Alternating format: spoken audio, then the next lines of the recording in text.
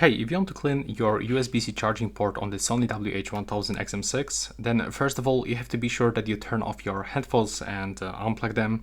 And now you have to use dry soft brush or a clean toothpick, but in my case, I am actually using this one, the SIM ejection tool. I wouldn't actually recommend you, but I didn't have the toothpick, so now we have to just, I'm gonna show you how it actually looks inside. So gently, like really gently, try to inside this item inside and try to simply move it into the left and into the right side and just slide it out like so, just one by one until you remove everything.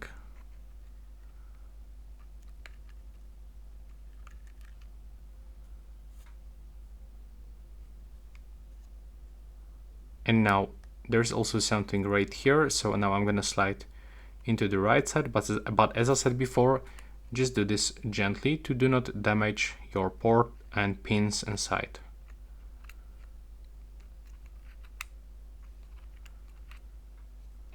There we go. And now at the end you can also try to do the same into the left side, just to make sure that you just remove everything. And at the end you can actually blow gently to remove everything, and as you can see now that's how it actually looks. Now it's almost finished. So that's all. Thanks for watching.